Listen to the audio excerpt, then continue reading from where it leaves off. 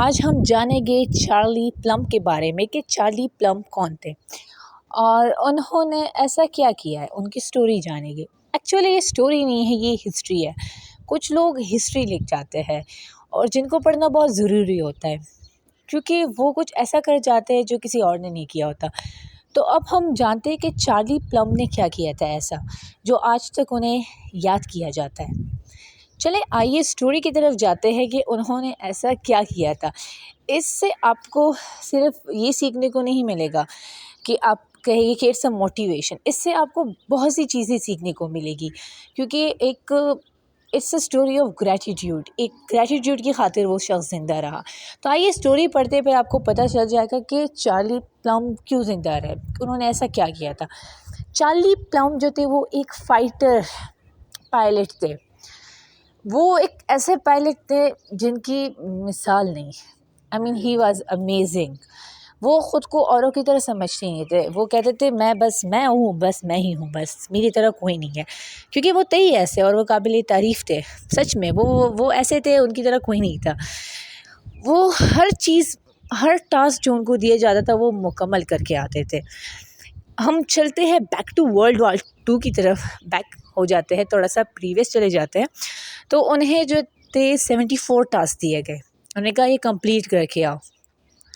Charlie plum گئے اور وہ 74 کے 74 ٹاسک کمپلیٹ کر کے آئے۔ ذرا سوچے،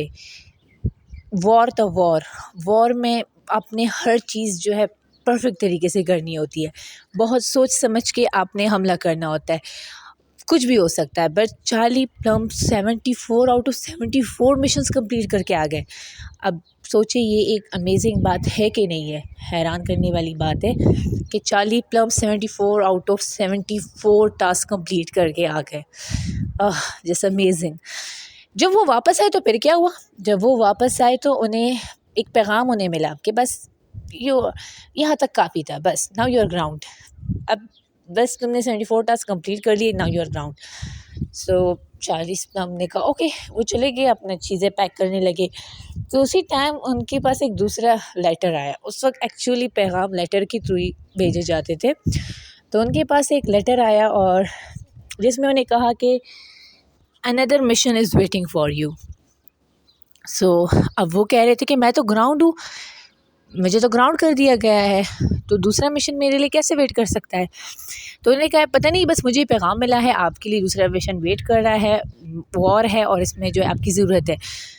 تو وہ جلدی سے اٹھے اور اپنے مشن کے لیے روانہ ہو گئے اور اپنے جو ہے نا جو جلدی سے چلے گئے اپنے مشن کے لیے، ٹھیک ہے، اپنے جہاز میں وہ بیٹھ گئے۔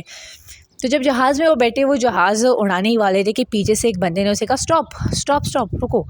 تو اب وہ کہہ رہے تھے کہ بھئی کیوں رکوں؟ تو اب وہ تو جہاز کے اندر تھے، تو انہوں نے ہاتھ سے اشارہ کیا، اپنے ہاتھ اوپر کیا کہ واٹ ہیپن؟ تو اس بندے نے اسے کہا کہ پیراشوٹ نہیں باندھا، ٹھیک ہے، پیراشوٹ باندھ دے۔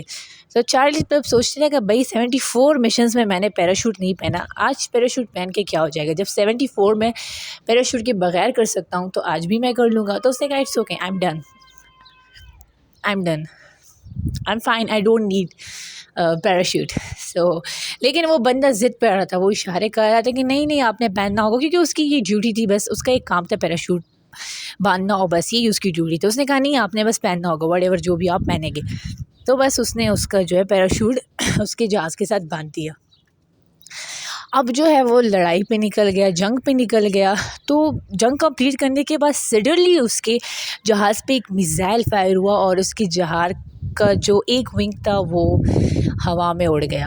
اب اس کا جہاز رول کر رہا تھا اور وہ پیراشوٹ نے اس کی جان بچا لی۔ وہ پیراشوٹ جو اس کے ساتھ باندھا گیا تھا اس نے چارلی پلم کی جان بچا دی۔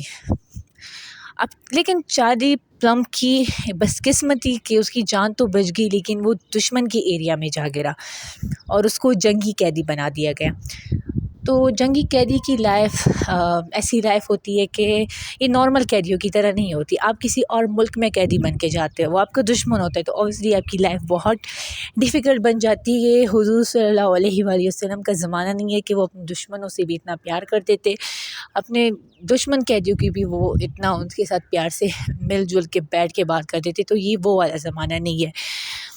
تو اس میں بہت زیادہ ظلم ہوتے تھے قیدیوں پہ. تو جب وہ بچہ تو وہ کہہ رہا تھا کہ اس بچنے سے اچھا ہے کہ میں مر جاتا، جنگی قیدی بننے سے بیٹر ہے کہ میں مر جاتا.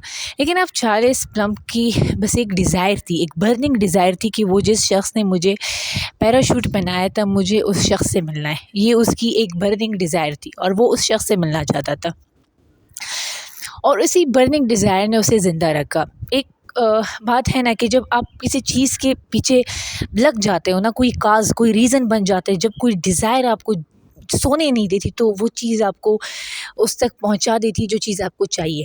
تو ہمیشہ سے میں کہتی ہوں برننگ ڈیزائر بہت نیسیسری ہوتا ہے.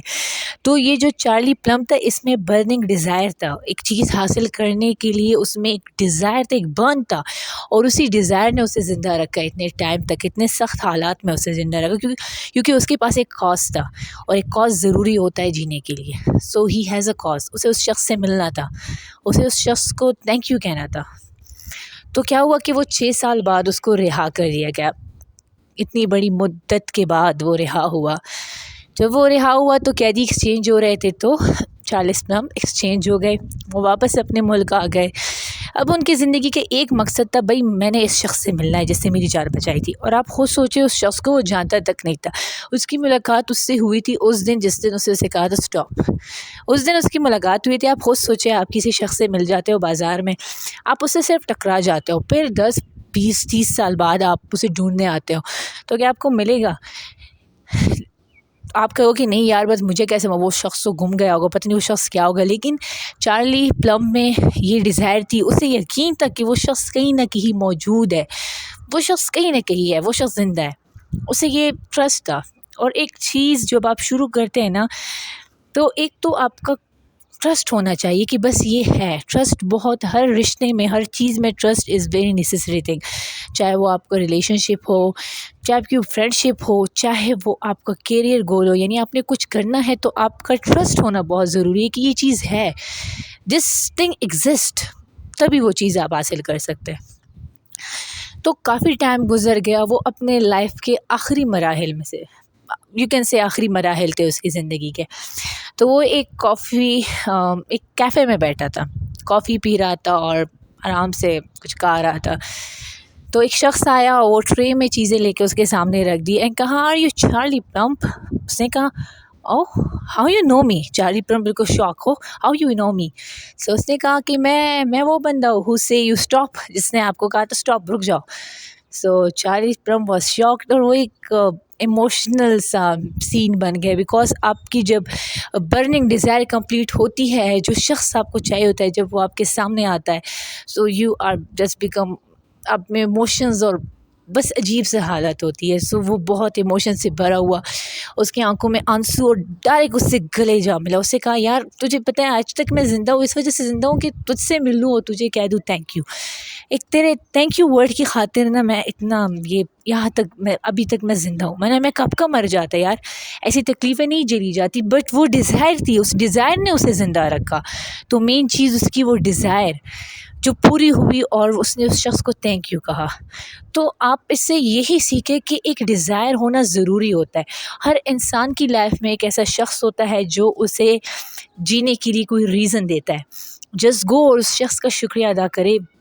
کوئی بھی آپ کے لائف میں ایسا شخص ہے جائے جس نے آپ کی لائف بنائی، اس کو شکریہ ادا کرے. برننگ ڈیزائر پیدا کرے، کیونکہ جب تک ڈیزائر نہیں ہوگی آپ چیز حاصل نہیں کر پائے گے. I hope so you guys take a great lesson from this story. Meet you soon. Allah Hafiz.